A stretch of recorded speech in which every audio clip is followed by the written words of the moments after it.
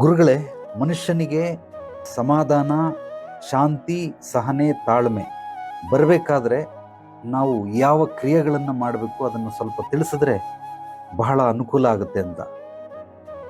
ಈ ಸಮಾಧಾನ, ಶಾಂತಿ, ಸಹನೆ, ತಾಳ್ಮೆ ಬೇಕು ಅಂತಂದರೆ ಮೊದಲು ಜ್ಞಾನ ಇರಬೇಕು. ಜ್ಞಾನದ ಜೊತೆಗೆ ಪ್ರಜ್ಞೆ ಇರಬೇಕು. ಪ್ರಜ್ಞೆ ಇದ್ದಾಗ ಏನಾಗುತ್ತೆ, ನಾವೆಲ್ಲವನ್ನ ಜಲ್ದಿ ಸ್ವೀಕರಿಸೋದಿಲ್ಲ.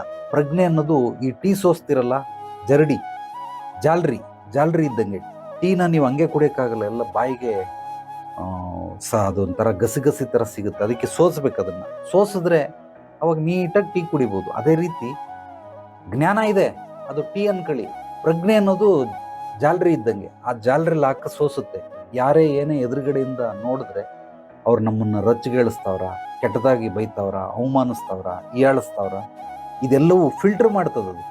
ಫಿಲ್ಟರ್ ಮಾಡಿ ಆ ಗಸಿನೆಲ್ಲ ಬಿಟ್ಟು ಬಾಕಿನ ಮಾತ್ರ ಕೊಡ್ತದೆ. ಆಗ ಮಾತ್ರನೇ ಸಮಾಧಾನದಿಂದ ಇರೋದಕ್ಕೆ ಸಾಧ್ಯ, ನೆಮ್ಮದಿಯಿಂದ ಇರೋದಕ್ಕೆ ಸಾಧ್ಯ.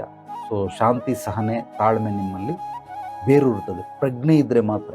ಪ್ರಜ್ಞೆ ಇಲ್ಲ ಅಂದರೆ, ಆ ವಿವೇಚನೆ ಇಲ್ಲ ಅಂದರೆ ನಿಮಗೆ ಮತ್ತೆ ಟ್ರಿಗರ್ ಆಗುತ್ತೆ. ಯಾರೋ ಏನೋ ಬೈದ್ಬಿಟ್ಟ ಅಂದಿದ ತಕ್ಷಣವೇ BP ಹಂಗೆ ಸರ್ರಂತ ರೈಸ್ ಆಗ್ಬಿಡ್ತದೆ. ನಿಮ್ಮ ಎದೆ ಭಾಗನ ಮುಟ್ಟು ನೋಡ್ಕೊಂಡು ನೋಡಿ, ಹಾರ್ಟ್ ಬೀಟ್ ಜಾಸ್ತಿ ಆಗ್ಬಿಟ್ಟಿರ್ತದೆ ಅಥವಾ ಹೀಟ್ ಆಗ್ಬಿಟ್ಟಿರ್ತದೆ.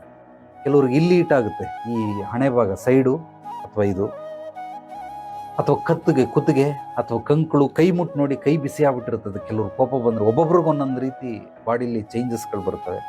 ಆ ರೀತಿ ಬರ್ತದೆ. ಖಂಡಿತವಾಗ್ಲೂ ಅದನ್ನೆಲ್ಲ ಮಾಡೋ ಅಂಥದ್ದಕ್ಕೆ ಅವಶ್ಯಕತೆ ಇಲ್ಲ.